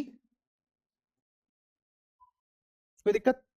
इलेक्ट्रिक फील्ड लिखवाना कितना होगा? ये दूरी x, ये दूरी r, तो ये क्या हो जाएगा? Under root R square plus X square. लिखवाना e कितना आएगा? 2। e की वैल्यू k q अपोन में under root R square plus X square का whole square into cos theta, किसी भी ट्रायंगल से निकाल लो, बेस अपॉन हाइपोटेन्यूज। तो बेस क्या है? x, तो क्या आ जाएगा? x upon R square plus X square की पावर हाफ, रूट में आएगा ना, दिखा? सुलझा लो इसको, कितना आएगा? 2 k क्यू एक्स अपोन में R square plus X square की पावर 3/2। क्यों करना है पर? जिसका भी जी कर रहा है कि मैं इसको पी बोल दूं, जिसका भी जी कर रहा है इसको पी बोल दूं, वो अपना मन मार के चले जिंदगी में, उसका मन किसी काम का नहीं है, क्योंकि ये डायपोल नहीं है। क्यों नहीं है डायपोल? ना पॉजिटिव, सॉरी सिर्फ पॉजिटिव पॉजिटिव नेगेटिव है ही नहीं। तो इसको कभी भी पी बोलने की गलती मत करना, तुम्हें ये भी पता होना चाहिए, क्योंकि बच्चा एक चीज पढ़ता है, रट के पढ़ता है, हर जगह वही पेल देता है। ये सब नहीं करना है। ये जीता जागता जिंदा अलग फोर्स आया है, अलग इलेक्ट्रिक फील्ड आया है, डायपोल से रिलेटेड नहीं है। समझे मेरी बात? पक्का? ये हो सकता था अगर मैं यहाँ पे माइनस क्यू चार्ज रख दूं, माइनस क्यू चार्ज रख दूं, और ये वाली दूरी भी बहुत छोटी हो जाए, तो ये सिस्टम डायपोल बना सकता है, वो एक अलग बात है। तो तुम्हें पता होना चाहिए, पूरा खेला समझ में आना चाहिए, तुम किसी भी लेवल पे खेल पाओ। ठीक है? हाँ, मैं ज्यादा ज्यादा पता है क्या कर सकता हूँ, ज्यादा से ज्यादा ये कर सकता हूँ, क्या ये नेट चार्ज है? अगर मैं इसको एक सिस्टम मान लूं, क्या मान लूं इसको एक, इस सिस्टम पे नेट चार्ज क्या है? कल बोलोगे 2q। तो क्या मैं इसको ऐसे भी लिख सकता हूं, इस वाली चीज को, कि कैपिटल क्यू एक्स अपॉन में R square plus X square की पावर 3/2? क्या ये तो लिखा जा सकता है? नहीं लिखा जा सकता? बता क्या दिक्कत है ऐसे लिखने में? पहले कोस थीटा करा तो है, दिक्कत क्या है उसमें? क्यों, वही तो पूछ रहा हूँ, क्यों? हाँ, और उस सिस्टम की वजह से वेक्टर जो बनेंगे उनको थोड़ी ना इग्नोर कर देगा। देख, ये क्यू और ये क्यू मिलके क्या बने, पूरे सिस्टम पे नेट चार्ज क्या है? 2q, है ना? मैंने थोड़ा ना बोला है इनको एक ही पॉइंट पे मान ले, पूरी की पूरी लेंथ है, इस 2r लेंथ पे कितना चार्ज है, तो उसी को मैंने क्या बोल दिया है, क्यों? आई बात समझ में? कोई दिक्कत? ठीक है। थोड़ा सा एक लेवल अप जाते हैं।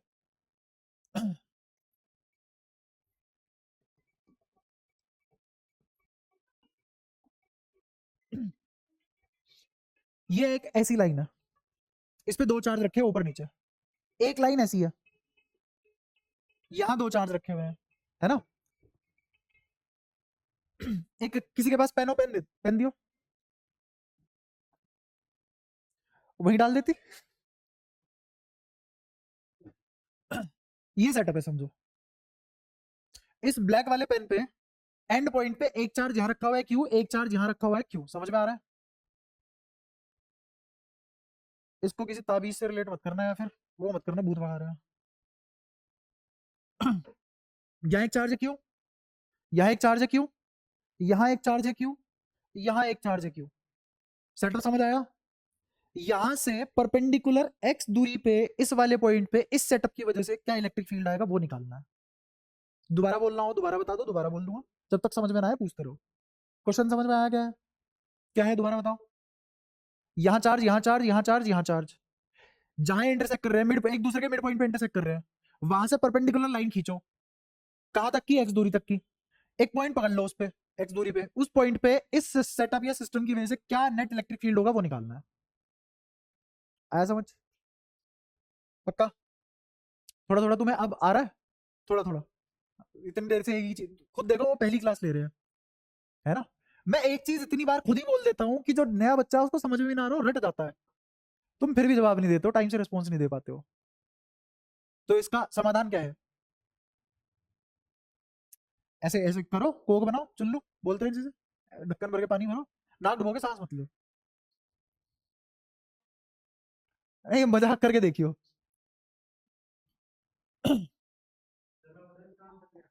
हाँ बोल, कर रहे हैं बस। अगेन बोर्ड पे मैं ये सिस्टम नहीं बना सकता ऐसे वाला, तो मैंने इस तरीके से बनाया। क्लियर है? हाँ बस, बता। इसका ही समझ गया, ये तो बालक समझ गया, और बताओ और कौन कौन समझा? यहां से ये जो दूरी x, क्या इस वाले चार्ज से ये वाली दूरी root X square plus R square आएगी? बोर्ड पे नहीं दिख रहा होगा, बट ये जस्ट इसके आर पीछे है। ऐसे ही इस वाले की वजह से भी कितना आएगा? और ये वाले तो तुमने पिछले वाले से देखे ही हुए हैं। हाँ, दोबारा पेन दे, दोबारा दे,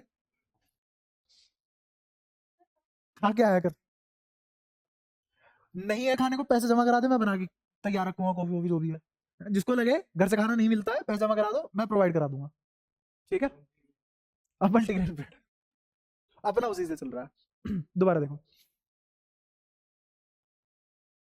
दिख रहा है सबको? यहाँ जो पॉइंट है उससे ये वाली दूरी कितनी है, under root R square plus ये वाली दूरी कितनी है, under root R square plus ये वाली दूरी कितनी है, under root R square plus ये वाली दूरी कितनी है, under root R square plus. स्वाहा, आया समझ? हाँ, ये भी आ रहा है, ये भी आ रहा है, ये भी आ रहा है, ये भी आ रहा है, सबके लिए एक्स है, तो सबका हाइपोटेन्यूज भी तो सेम आएगा। समझ आ रहा है? क्या ही तो बात है। अब इस पॉइंट पे कुछ और बता रहा हूँ, अब इतना मेरे बस की भी नहीं है। इस पॉइंट पे अब देखते हैं इलेक्ट्रिक फील्ड वेक्टर बनेंगे कैसे कैसे। इस वाले की वजह से इस पे कहां बनेगा, यहां नीचे, देखा? इस वाले की वजह से इस पॉइंट पे यहां बना ऊपर। इन दोनों के vertical component cancel, sine theta वाले बचे कौन, कोस वाले। तो इस पॉइंट पे इस वाले और इस वाले की वजह से इस डायरेक्शन में क्या बना, इन दोनों की वजह से, इसकी वजह से इस पॉइंट पे इधर, इस पॉइंट पे इधर, इन दोनों के हॉरिजॉन्टल कंपोनेंट ये वाले कैंसिल, और आगे जाने वाले 2e cos थीटा, और 2e cos थीटा इन दो की वजह से आया था सेम डायरेक्शन में। तो कितना आ गया टोटल, 4e cos थीटा। क्या डायरेक्ट लिख दूं यहाँ पे 4e cos थीटा रिजल्टेंट है? सबको समझ आ गया? e की वैल्यू बताइए आपने को कितनी है, K Q by under root R square, या फिर R square plus X square की पावर 3/2 लिख दूं, R square plus X square की पावर, मैंने कोस में लिख दिया। कोस का न्यूमरेटर क्या बचा, बेस एक्स, और इस 4 क्यू को क्या एक कैपिटल क्यू बोल दूं,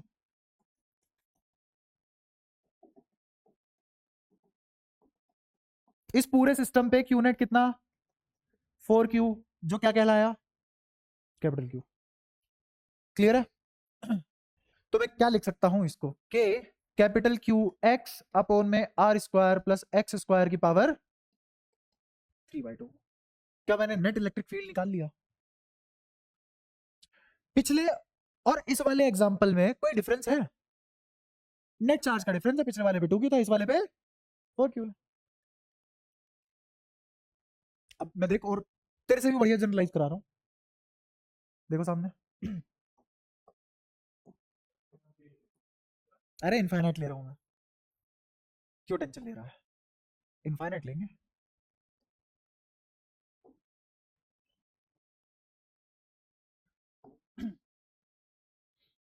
जहां एक चार्ज रखा हुआ है क्यू, यहां भी एक चार्ज रखा हुआ है क्यू, यहां भी एक चार्ज रखा हुआ है क्यू, इन दोनों के बीच में कितने चार्जेस है, इन दो के बीच में कितने चार्जेस है, इनफाइनाइट क्यू, बहुत सारे। यहां भी क्यू, यहां भी क्यू, यहां भी क्यू, जहां तुम आंख बंद करके डॉट रख दो वहां कितना चार्ज है, क्यू। समझ आया? हर एक की दूरी सेंटर से कितनी है, आर। कोई कंगन का पहन के आता है, उतारने में कोई दिक्कत तो नहीं है?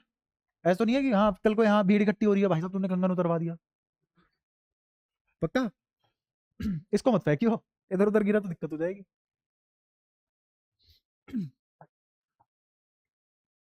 इमेजिन कर लिया, ये यही है, ये जो बनाया ये यही है। इसको ऐसे रख दिया, रखा, ये पेन पकड़, ये एक्सेस है, पेन की टिप कितनी दूर है सेंटर से, एक्स दूर। हर छोटे क्यू का इस काले वाले मार्कर से क्या दूरी है, आर। काले वाले मार्कर से पेरीफेरी तक की दूरी आर, और इस पॉइंट से टिप तक की दूरी, यहां से लेके यहां तक की दूरी, देख यहां से लेके यहां तक की दूरी कितनी, एक्स। अब जो तू बोल रहा है वो बोल, पेरीफेरी से उस पॉइंट तक की दूरी, ये इस वाले क्यू के लिए, समझ समाज के इस रिंग पे सभी क्यू के लिए, सारे क्यू के लिए दूरी कितनी। अच्छा, अब इस वाले क्यू को पकड़ और इसके जस्ट डायमेट्रिकली अपोजिट एंड वाले क्यू को पकड़, ध्यान से देख, इस वाले क्यू को और इसके जस्ट डायमेट्रिकली अपोजिट एंड वाले क्यू को पकड़ा। इन दोनों की वजह से इस एक्स दूरी वाले टिप पे एक सिस्टम बनेगा जिसमें वर्टिकल कैंसिल, हो जाएंगे साइन थीटा वाले, और सामने जाने वाले जुड़ जाएंगे। आया समझ? ऐसे करके इन दोनों को पकड़, इनकी वजह से भी आगे जाने वाले बचेंगे। इन दोनों को पकड़ डायमेट्रिकली, इन दोनों को पकड़ डायमेट्रिकली। ऐसे कितने डायमेट्रिकली सेट बनेंगे? इनफाइनाइट। तुम तो 3 कह रहे थे, ये ले लिया मैंने। आया समझ? पक्की बात? तो अगर मैं इसको ऐसे बनाऊं, रिंग को ऐसे दिखा बोर्ड पे, तो ऐसे ही बना पाऊंगा ना? ये दूरी, ये दूरी, ये दूरी, और ऐसे सभी छोटे वालों की वजह से आगे बन जाएगा डी ई, या डी भी नहीं, ऐसा मान लो तुम तो कि कितना बना, एन ई। कितना बना? कोई दिक्कत परेशानी? ठीक है। ये एन ई के जितने भी वर्टिकल कंपोनेंट, ये वाले कंपोनेंट बनते सब कैंसिल हो गए थे, याद आया? अब इमेजिन करो, इस पॉइंट पे पता है वेक्टर कैसे बनेंगे? इस पॉइंट पे हॉरिजॉन्टल वेक्टर तो सारे के सारे ऐसे बनेंगे आगे की तरफ, जिसको मैंने एन ई लिखा है, और यहाँ पे एक वेक्टरों का सर्कल बन जाएगा, डिस्क बन जाएगी किसकी? वेक्टर की। यहाँ क्या बनेगी? एक डिस्क। किसकी? जिसमें सब आपस में कट जाएंगे। तो इस प्लेन में कोई इलेक्ट्रिक फील्ड, सारा इलेक्ट्रिक फील्ड इधर होगा आगे की तरफ। क्लियर हुआ? जिसका नाम क्या रखा गया है? एनी। अब समझना, इस एनी को ई की वैल्यू क्या होगी? एक चार्ज के लिए ई की क्या वैल्यू है? K Q by R square plus X square के अंडर रूट की पावर स्क्वायर। फिर बगल में क्या लिखा होगा? कोस थीटा, क्योंकि ये सारे के सारे कोस थीटा वाले कंपोनेंट जोड़े हैं ना तुमने, तो बगल में क्या लिखा हुआ है इसके? Cos theta. कोस थीटा किसके बराबर होगा? Base upon hypotenuse x upon, तो यहाँ पे क्या लिख सकता हूँ? एक्स अपॉन, और ये पावर कितनी हो जाएगी अब? 3/2। क्या इस चीज को मैं कैपिटल क्यू लिख सकता हूँ?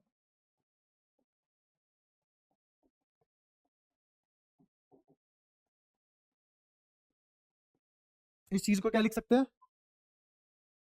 तो हमने ये निकाल लिया, एक रिंग की वजह से उसके एक्सिस पे क्या इलेक्ट्रिक फील्ड होता है। ठीक है, अब मैं तुम्हें बताता हूँ मैथ्स क्यों एक जादू है अपने आप में। मैं आधे घंटे से बह बह कर रहा हूँ इधर, तब जाके तुम्हें समझ में आया, और अभी मेरे को कॉन्फिडेंस नहीं है। तुम्हारी शक्ल देख के कितना समझ आया?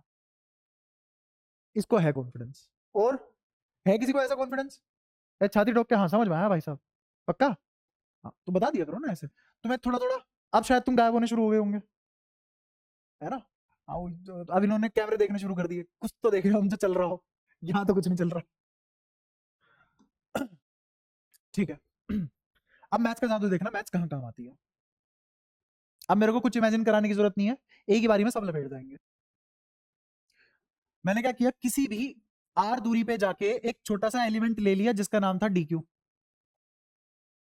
एक छोटा सा एलिमेंट ले लिया जिसका नाम था डी क्यू।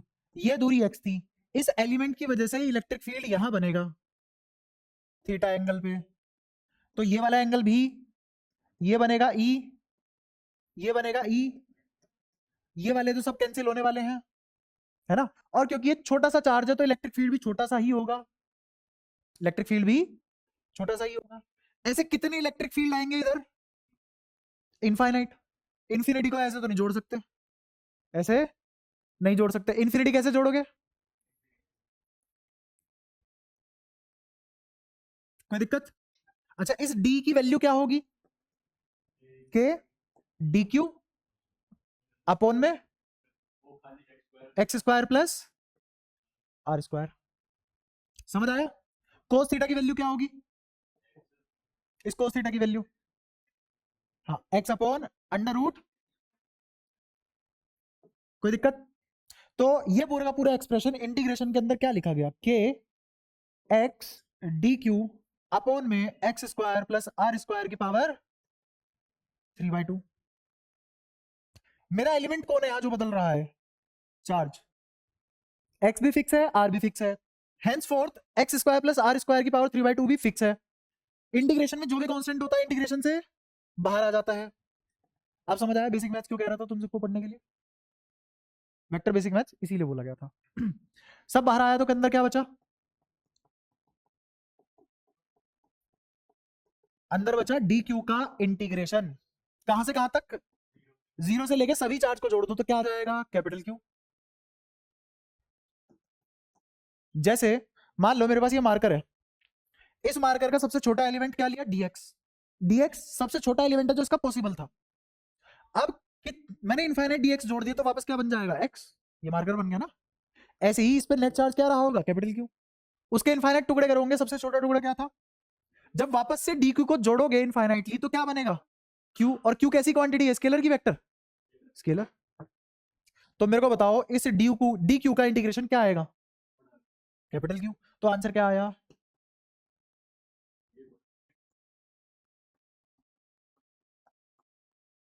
ये बात से रिजल्ट तो सेम ही आया। तुमने क्या निकाला, electric field due to a ring on its axis, E due to ring on its axis.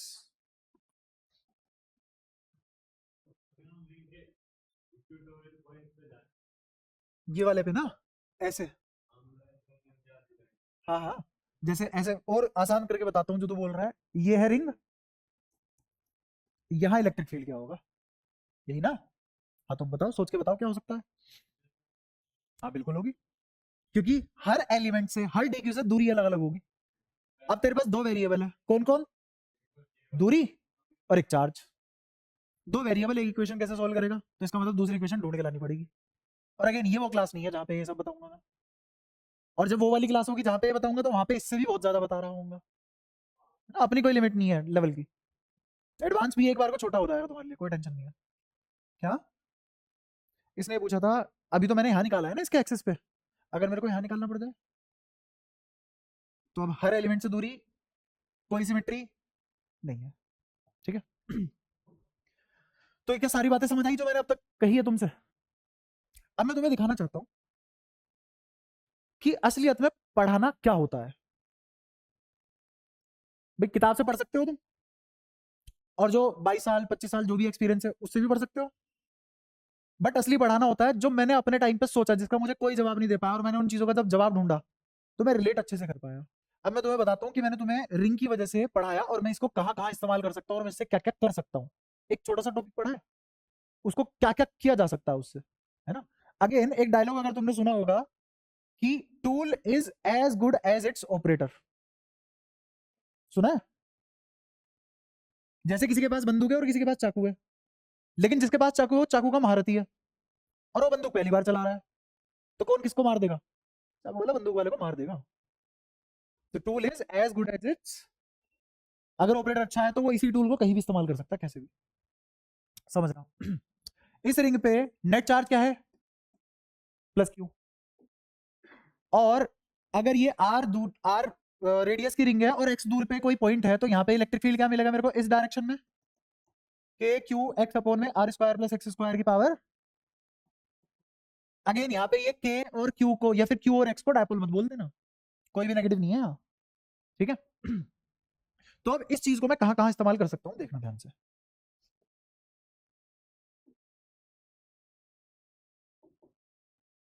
Electric field का एक्सप्रेशन मैंने इस वाले पॉइंट के लिए या फिर पिछले वाले भी देख लो कहां, देखना यहाँ पे क्या क्या कर सकते हैं इससे। मैं कह रहा हूँ एक्स को जीरो रख दो, क्या रख दो एक्स को, जैसे ही एक्स को जीरो रखा इलेक्ट्रिक फील्ड, और एक्स को जीरो रखने का मतलब मैं किस पॉइंट की बात कर रहा हूँ, तो ये एक्स इक्वल टू जीरो है और यहाँ पे इलेक्ट्रिक फील्ड कितना, ठीक है। अब मैं चाहता हूँ एक्स को इन्फिनिटी रख देते हैं, एक्स को क्या रखते हैं, electric field, electric field zero. अकल भी तो लगानी होती है साथ साथ। नीचे भी तो, नीचे देखो क्या है, एक्स स्क्वायर, नीचे क्या है। और मैं ऐसा भी तो कर सकता हूँ नीचे से एक्स स्क्वायर कॉमन लेके ऊपर वाला एक्स स्क्वायर काट दूं, या फिर नीचे से एक्स लेके ऊपर वाला एक्स काट दूं, तो एक्स तो नीचे ही बचेगा ना ओवरऑल, है ना। या फिर तुमसे कोई बोले कि ऊपर लिखी हुई है दूरी और नीचे लिखी हुई है दूरी का स्क्वायर, और वो कह रहा है दूरी इनफाइनाइट है, तो ये टर्म जीरो बनेगी या इन्फिनिटी बनेगी। हाँ समझ पाए हो, मैंने क्या बोला, दूरी अपॉन दूरी का स्क्वायर, दूरी कितनी है इन्फिनिटी, दूरी कितनी है, तो ये टर्म क्या बनेगी, क्योंकि ये टर्म वन अपॉन इन्फिनिटी की तरह डील होगी, क्योंकि ये तो कट जाएगा ना, तो one upon infinite is zero. तो बताओ x बराबर इन्फिनिटी पे ई क्या होगा, मतलब ये सारे सेंटर पे भी जीरो है और बेइंतहा दूर भी ले जाओ तो भी जीरो है। मैं एक और तरीके से प्रूव कर सकता हूं, चार्ज फोर्स ही तो लगाते हैं, उसके जरिए तो इलेक्ट्रिक फील्ड आता है, ये इलेक्ट्रिक फील्ड के जरिए फोर्स आता है। तुमने एक चार्ज से भगाते लेके गए कोई पॉइंट, और इन्फिनिटी पे जाके रख दिया, उसको तो फील ही नहीं होगा यहाँ कोई था भी, तो वैसे इफेक्ट जीरो हो जाएगा। है तो इनवर्स स्क्वायर लो। इनवर्स स्क्वायर लो क्या बोलता है, दूरी बढ़ाने पे फोर्स या इलेक्ट्रिक फील्ड घटते हैं, चाहे अट्रैक्टिव हो चाहे रिपल्सिव हो। तुमने दूरी इनफाइनाइट कर दी, माने ही नहीं, तो हो गया ना खत्म इलेक्ट्रिक फील्ड। ये दिमाग से सोच सकते हो तुम, अगर मैथ्स नहीं लगानी। दोनों बातों से क्या x बराबर इन्फिनिटी पे इलेक्ट्रिक फील्ड जीरो आया, तो इसका, हाँ बोल बोल बोल जल्दी बोल। इस वाले पॉइंट को इन्फिनिटी ले गया, अब इस रिंग की वजह से इन्फिनिटी पे क्या इलेक्ट्रिक फील्ड बनेगी वो निकाल रहा हूं। हाँ खाली पॉइंट है, क्योंकि इलेक्ट्रिक फील्ड पॉइंट पे ही निकलता है। फोर्स निकालना हो तो यहाँ पे चार्ज रख ले क्यू, तो क्यू स्क्वायर आ जाएगा, बनेगा तो वो भी जीरो, फोर्स भी तो जीरो लगेगा इन्फिनिटी पे। क्या, हाँ वर्क डन जीरो नहीं होगा, हाँ बिल्कुल वर्क डन क्यों जीरो होगा, क्योंकि है दूसरे वाला चार्ज। ठीक है, पहले तो ये बताओ ये डब्बा किस किस को समझ में आ चुका है।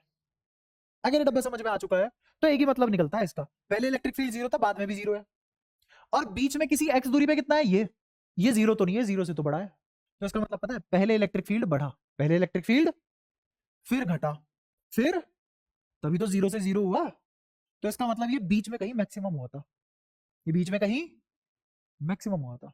अगर ये बीच में कहीं मैक्सिमम हुआ था तो कहां हुआ था, शाबाश, बेसिक मैथ्स, इसीलिए बोल रहा था। ये दो टॉपिक ऐसे हैं भाई साहब, कहीं भी काम आ जाते हैं, ये हथियार है बहुत बड़े। तो मैं क्या करूंगा, D E bye D x को जीरो रख दूंगा, तो वहां पे वो एक्स की वैल्यू आ जाएगी जहां पे ई मैक्सिमम होगा। मैक्सिमम मिनिमम निकालने के लिए डिफरेंशिएशन या फिर उसका डेरिवेटिव जीरो के बराबर रखते हैं। हाँ बोल। हाँ बिल्कुल, कैसे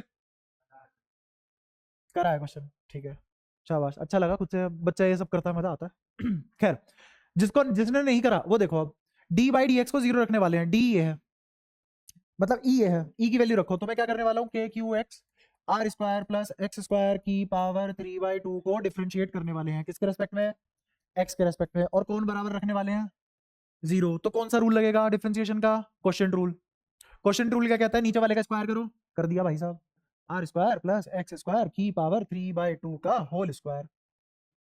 ठीक है, पहले वाले फंक्शन को डिफरेंशिएट करो, दूसरे वाले को एज इट इज रखो। तो पहले वाला फंक्शन क्या है, ये, इसका डिफरेंशिएशन एक्स के रेस्पेक्ट में क्या आएगा, के क्यू, और दूसरे वाला फंक्शन क्या है, R square plus X square की पावर माइनस।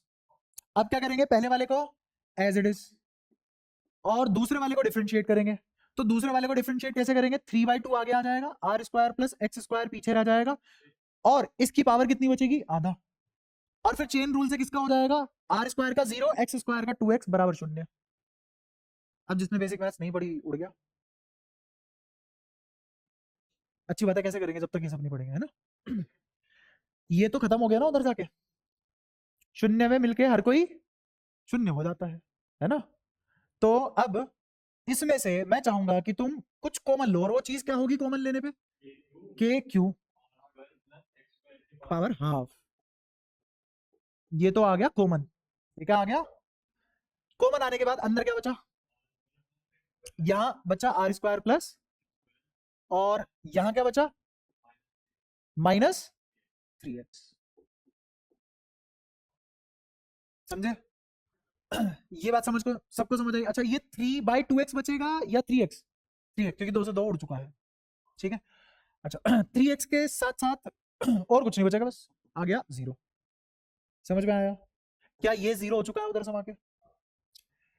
अब खुद सोचना, तुमने कभी कभी कुछ ऐसा पढ़ा होगा, x+a और x माइनस p, कुछ भी ऐसा अगर है और वो 0 के बराबर है, या तो ये 0 होता है, या दोनों एक साथ 0 नहीं होते, या तो ये 0 होगा या ये 0 होगा, तभी तो क्वाड्रेटिक का सॉल्यूशन निकाल पाते हो, और दोनों अलग अलग जगह आते हैं, है ना। ऐसे ही कभी किसी क्वांटिटी के समेशन का स्क्वायर प्लस दूसरी क्वांटिटी के समेशन का स्क्वायर 0 हुआ है,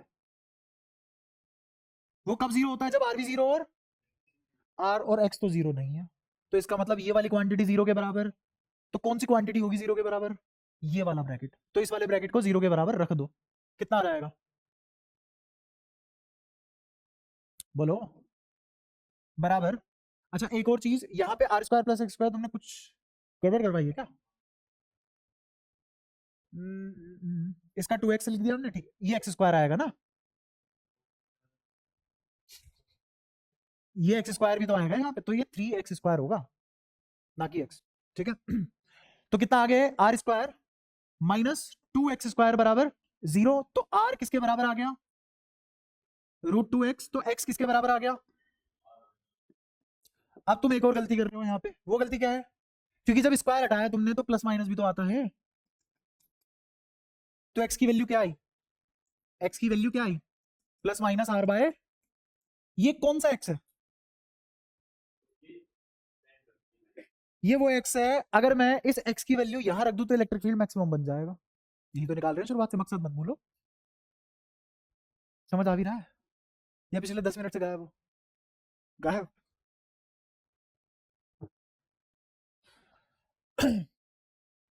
खैर कोशिश कर लेना, वरना छोड़ देना इस टॉपिक को, है ना, कोई दिक्कत नहीं अगर ज्यादा दिक्कत आ रही है।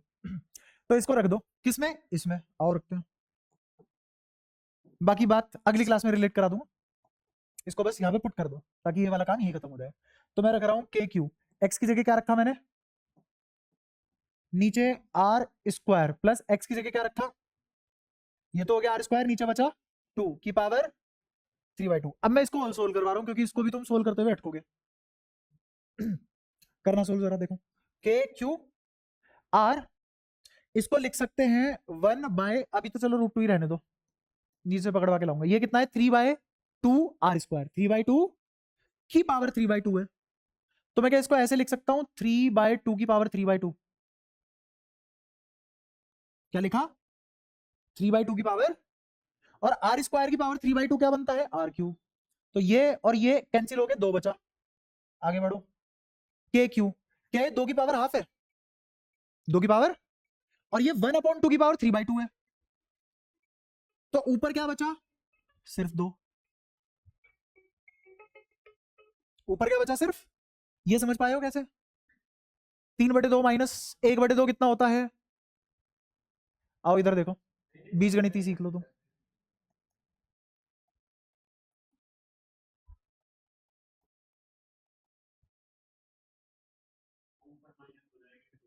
तो ये क्या बचा,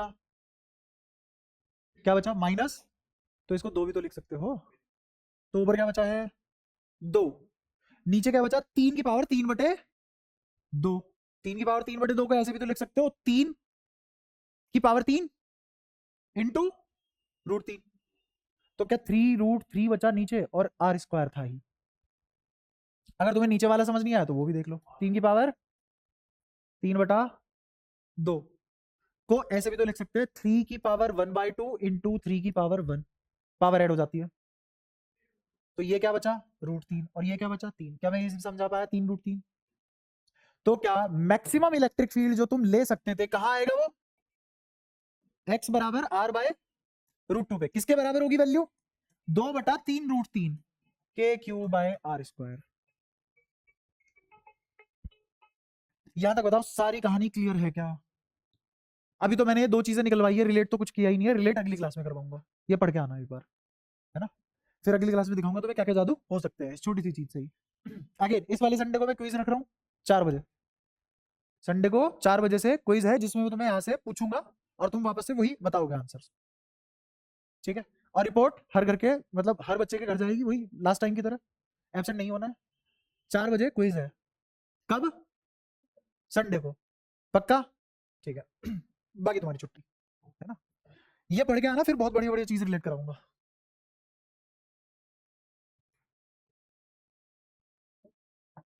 अगेन फिर से कह रहा हूँ जिसने बेसिक मैथ वेक्टर नहीं पढ़ी है पढ़ लेना भाई साहब, पूरी 12वीं में काम आएगी, हर चैप्टर में हर टॉपिक में, ठीक है।